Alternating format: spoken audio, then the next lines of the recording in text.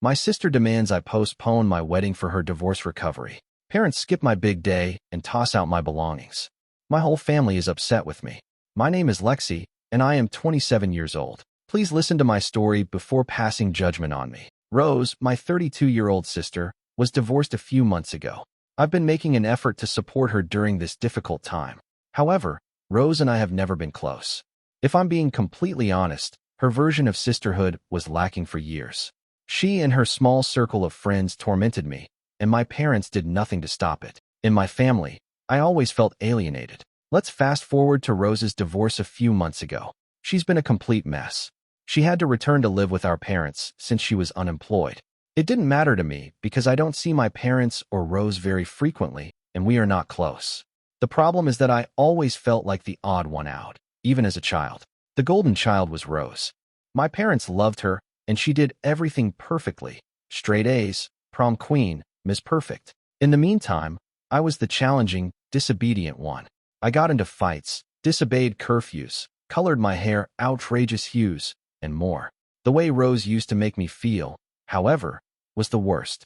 Not only would she harass me, but it seemed like she made a conscious effort to keep me out of her plans with her friends. In front of me, she made sure I knew I wasn't wanted. At school, she spread untruths about me. Then there was the response, or lack thereof, from my folks. They always stood behind Rose, no matter what she did. It stung a lot, and I carried that bitterness into adulthood.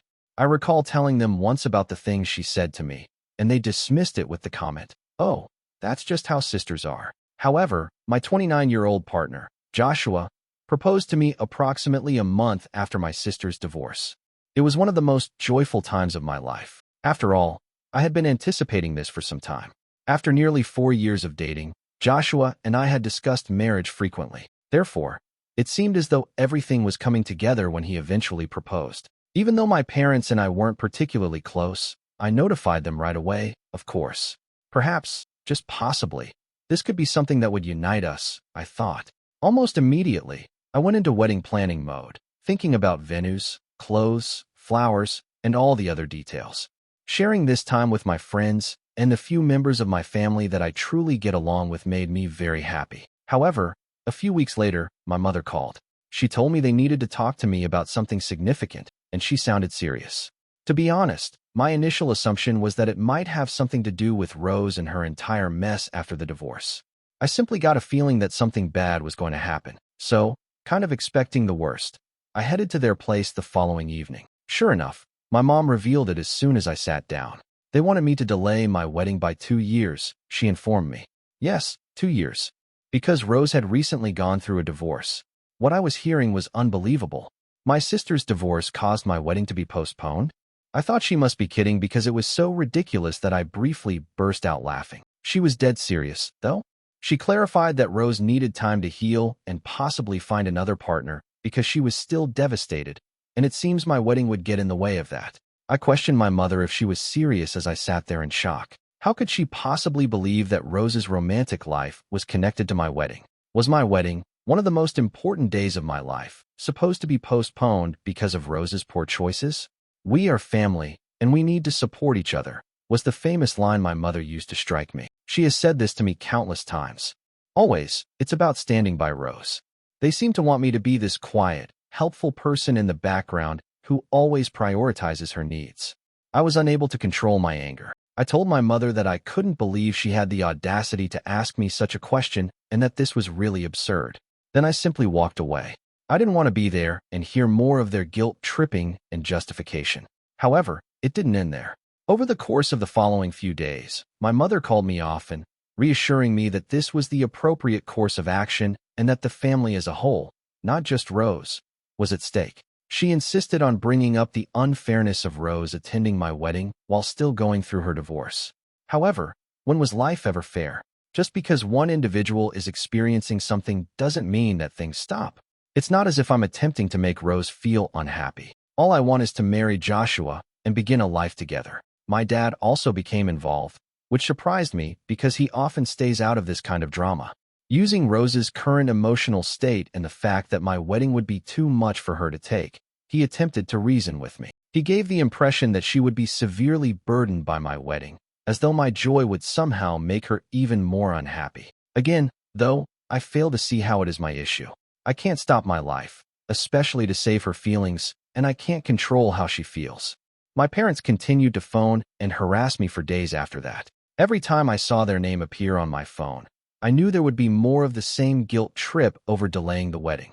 I must admit that I was growing impatient with. In contrast, my sister had not spoken to me at all. I was starting to question whether this was truly what Rose desired or whether my parents were simply projecting their own problems onto me, because it was all coming from them. I therefore made the decision to take matters into my own hands and give Rose a call directly after a week or so of this back and forth. At first, I was trying to figure out what was going on, and I was really calm.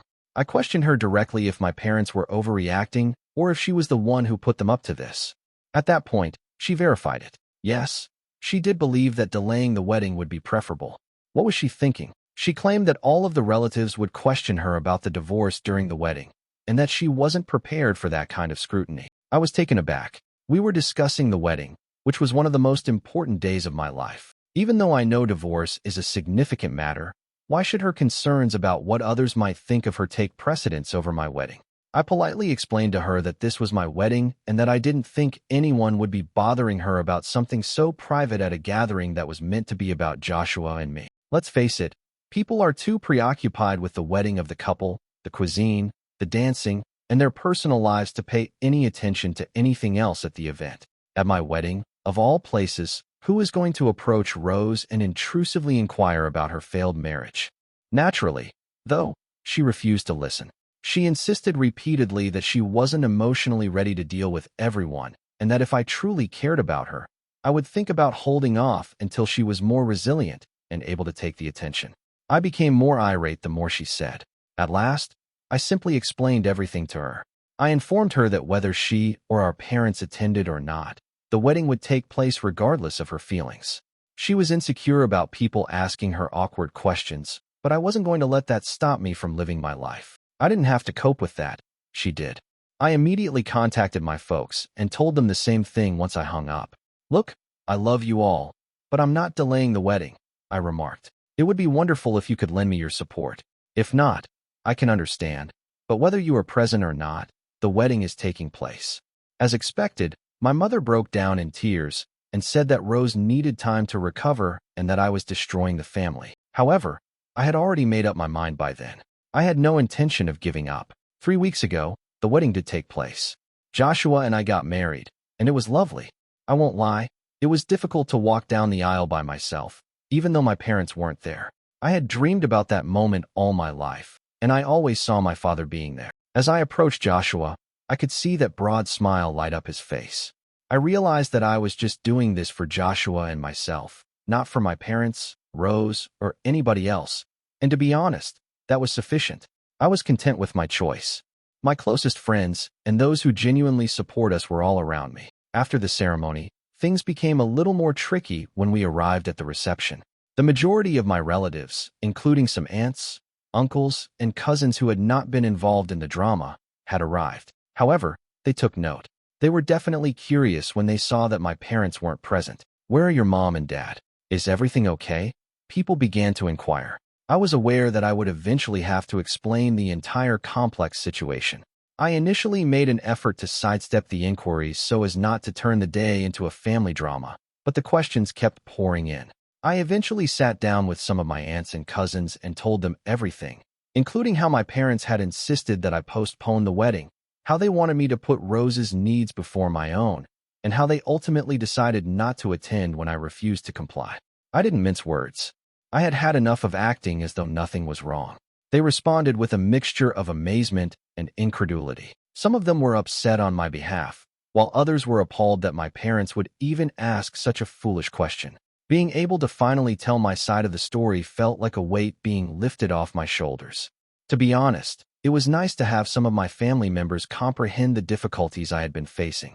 More individuals heard the story as the evening wore on, and by the conclusion of the evening, it was essentially well known. Something unexpected happened. Instead of the criticism I had anticipated, the other members of the family began to shun my parents.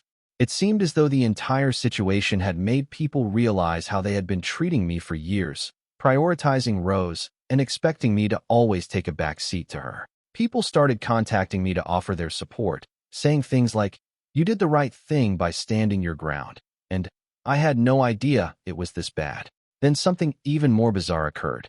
Our cousin, who is getting married next month, sent out an invitation to her wedding without inviting my parents. It seems that on her own special day, she didn't want that kind of negativity. That was completely unexpected, and I feel a little bad about it. However, I can't help but feel validated at the same time.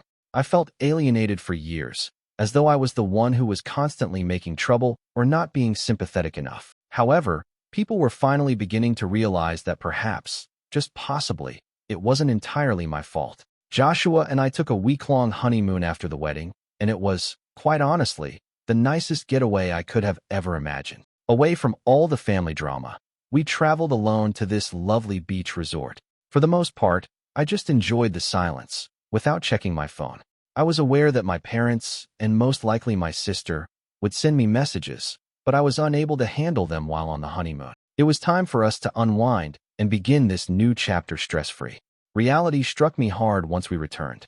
I made the decision to listen to the voicemails that had accumulated for a while. To be honest, I wasn't expecting what I heard. Rather than attempting to resolve the issue or simply have a polite chat, my parents' communications were rife with profanity. Among other colorful names, my mother dubbed me an entitled brat. My father spoke in a similar tone, even going so far as to say that I was destroying the family. It was really nasty, not just angry. The allegations of selfishness, the guilt trips, and the passive-aggressive comments were all too much.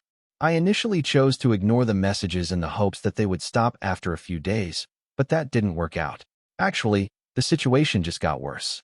They increased the frequency of their calls and left voicemails full of the same poisonous nonsense. They started contacting me via Facebook, Instagram, and email after I blocked their numbers. They didn't let up. After being silent since the wedding, my sister suddenly spoke up, sending me lengthy letters accusing me of ruining the family by prioritizing Joshua and my happiness over maintaining the family's togetherness.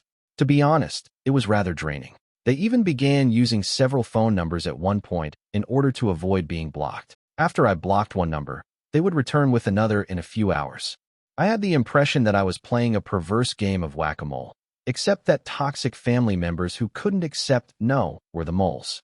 To be honest, I became quite irritated. When your own relatives simply won't leave you alone, what do?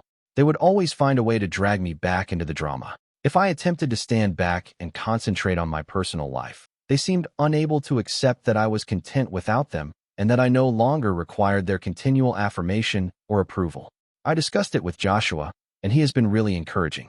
He made suggestions ranging from deleting all communication to altering my phone number. However, a part of me is really torn. They're still my parents. Despite everything they've said and done, I still feel horrible for shutting them out, which makes me feel like the bad guy. However, I am aware that I cannot continue to allow them to abuse me in this manner. They refused to listen to me when I tried to explain how their actions were impacting me. My mother used classic emotional manipulation when she said things like, "You're choosing your husband over your own family, and you'll regret this when we're gone." I don't even believe they're interested in hearing my side of the story at this time. It seems as though they are merely trying to regain control over me because they are angry that I have deviated from their authority and are making every effort to entice me back. To be honest, I don't know what to do. A part of me feels that I should just stop talking to them altogether, which would involve changing my phone number, removing them from social media, and stopping communication entirely. There's this persistent voice at the back of my head, though, saying that one day I'll regret how I handled things, or that perhaps, just possibly, they'll change their ways and see how poisonous their actions have been. Let's face it, though, how likely is that to actually occur? Based on what I've observed thus far, they won't alter. If anything, they appear to be stepping up their efforts, claiming that I have betrayed them by defending myself. I can't continue to live this way, always being cautious and anticipating the next round of messages filled with guilt. I need some guidance. What can I do to make this stop at last? Has anyone else experienced the same thing with family members that would not quit bothering them? How did you respond to it? Is avoiding contact the ideal course of action in this situation? Or is there a medium ground that I haven't considered yet? They just won't go away, even though I feel like I've tried everything. My family seems intent on keeping me stuck in this cycle of duty and guilt, even though I want to go on with my life and concentrate on my marriage. I would appreciate any guidance. First update. Hello everyone. I thought I'd give you some further history on my family dynamic, because many of you have been inquiring about my childhood. To be honest, there isn't a particularly noteworthy incident or time that made me understand my family wasn't supporting me. It was more of a gradual realization that I was growing up in a home where I didn't feel understood or supported emotionally. It's difficult to explain without coming across as ungrateful because, in theory, my parents fulfilled their obligations. I had clothes and food, attended school, and occasionally had family holidays. However, I never experienced genuine affection or value. My parents were always far more concerned about my older sister, Rose, when I was growing up. Not in the conventional sense where the older sibling gets more responsibility. It seemed to them that I was the one who caused difficulty, the one they had to put up with, while Rose was innocent. When I tried to show them something I was enthusiastic about or bring home good marks, they would give me a half-hearted, "That's nice, Lexi," before going on to whatever Rose needed. I was only there, but she was always the focus of their attention. As a child, it's difficult to describe how alienating it is to be ignored and treated as though you're invisible, and that happened more than once throughout my early years. That pattern kept coming up. I believe I was 16 years old when I got into a heated argument with some of my school pals. At the time, it felt like the end of the world, just one of those things that happens to teenagers. I cried when I got home, looking for some consolation or even some guidance. A simple, "Hey, it'll be okay" moment would have been nice. I'm not claiming I was expecting a full-on therapy session. Rather, when I told my parents about it, my dad stated, quite literally, "You probably brought it on yourself. You should learn to pick better friends." Just blame. No embrace, no support. Meanwhile, they would stop everything to assist Rose in resolving any problem she might have brought home. In addition, let's take a moment to discuss Rose. She wasn't exactly the epitome of a helpful older sister. In actuality, she essentially made it her mission to ruin my life whenever she could. She had a small group of pals who were all as conceited as she was, and they found it amusing to harass me. They would do things like hide my belongings, tease me about my attire, or even prank call the house and say horrible things about me while posing as classmates. It was the sort of thing that, although it seems ridiculous now, seriously damaged my self-esteem when I was younger. What's the worst? My parents were aware of it. "She's just teasing you, Lexi. It's normal sibling stuff," they would respond when I explained what Rose was doing, but I never thought it was usual. When I was around 13, there was one really awful occurrence. I was persuaded to play a game of makeover with Rose and her friends. I should have known better, but I went along with it because I was so anxious for my sister's approval or attention. I looked like a clown when they applied makeup to my face in the most absurd way imaginable. Then, without my knowledge, they snapped photos and distributed them to classmates. Everyone laughed at me the following day. No reprimand for Rose, no pity for me, just the same old thing. When I came home crying, my parents just responded with an attitude. "It's just a joke. Don't be so sensitive." Retrospectively, I saw that these incidents served as the foundation for my current relationship, or lack thereof, with my family. I worked for years to gain their acceptance and convince them that I was deserving of their love and care. However, it never succeeded. They didn't care about me or what I was going through, since they were too preoccupied with Rose and her issues.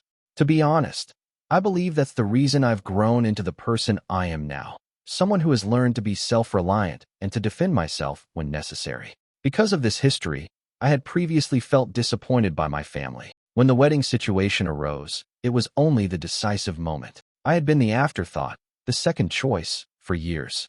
It felt like the last straw when they requested that I postpone my wedding for Rose's sake. They seemed to have learned nothing from the several instances in which they prioritized her above me. They wanted me to continue playing the part one had always played, the one who put the family's togetherness ahead of her own happiness. However, I was no longer able to do that. To be honest, it feels like a big relief that I finally made the decision to choose myself. That's the main idea of my early years, then. There was a great deal of emotional neglect and favoritism that left its impact, but nothing particularly dramatic. I've taken a while to come to terms with the fact that I can prioritize my needs and that I don't have to put up with toxic behavior just because someone is family. Now that I have Joshua, we are creating our own small family where I feel respected, loved, and supported, things I didn't really experience as a child. Thank you for reading, and thank you to everyone who has contacted me with good comments and suggestions. It means a lot. I'm coming to see that, even with family, it's acceptable to establish limits. Even if it's difficult, I know I'm acting in my own best interests. Second update. Hello everyone. A lot has happened since my last post, so I wanted to offer you all some updates. Unsurprisingly, my folks discovered a new method to irritate me around a week after Joshua and I returned from our honeymoon. I received a message from them requesting that I come pick up my childhood belongings on Sunday, since they wanted them out of their home. I was pretty well over it by then, but the message was sudden and cold. I assumed I would simply go get my belongings and be done with it. I tried not to make a big deal out of it, so I simply said, okay, in response. However, what I witnessed when I drove there with Joshua for support was beyond absurd. My entire belongings were already on the grass, stacked like a garage sale that nobody was interested in purchasing, and not simply tucked away, either. Everything appeared to have been thrown out carelessly, as though they had been left there for hours, or perhaps days. Some of my old books were wet from being in the morning dew, and several of my old clothes and toys looked like they had been on the grass for a long time. Things I genuinely cared about, like emotional treasures and old photo albums, had some water stains on them. My belongings were merely collateral damage, as if they were eager to get rid of me. I was enraged. Who, after all, does that? It wasn't even about the items. It was about the obvious attempt to hurt me. Even though I was furious, I knew they were waiting for me to lose it, to scream, to cry, or to demand answers. It was as if they were sending a message that said, "We're done with you." From the window, I could almost see my mother waiting for me to respond, and to be honest, I wasn't going to satisfy them. So, I maintained my composure rather than losing it. With composure, I turned to Joshua and requested he assist me in packing the truck. We didn't knock on the door, talk to my parents, or ask for an explanation. Silently, we simply loaded the truck. Joshua helped me finish it without saying anything, but I believe he could tell I was holding back a lot. It was strange, though, since I became aware of something while we were packing everything up. I wasn't depressed. I wasn't devastated or heartbroken. All I felt was relief. To completely end the chapter of my connection with my parents. This was the last thing I needed. Strangely enough, it felt significant when they threw out my belongings in that manner. It seemed as though they were at last making it clear to me that I was no longer wanted in their lives. I no longer felt upset, but rather liberated from the guilt trips, the emotional games, and the continual pressure to fit in with a family that never truly made room for me. To be honest, I was more than willing to let it go, since it felt like they were cutting the last tie. Third update. Hi everyone. Even though it's been a few months, I had to tell you all about something crazy that happened. So, do you recall Rose, my sister? The same sister that couldn't make it to my wedding because she was too depressed and grieving after her divorce? Yes, she is getting married next week. I'm not making this up, I promise. In fewer than 7 days, the lady who said it would take her at least 2 years to move on and find a new man will walk down the aisle. The irony is excessive. Do you know how I learned about it? It came from one of our cousins, not from her or my parents, who haven't spoken to me since the wedding fiasco. She forwarded me a screen grab of their social media engagement announcement. I was at home, minding my own business, when all of a sudden, there was Rose, looking cheerful and in love, flashing her ring to her new fiancé, as if the drama of the previous year had never occurred. I had to chuckle. I couldn't even be mad at this point. It's really funny. Even stranger is the fact that neither Rose nor my parents have mentioned the situation at all. Nothing.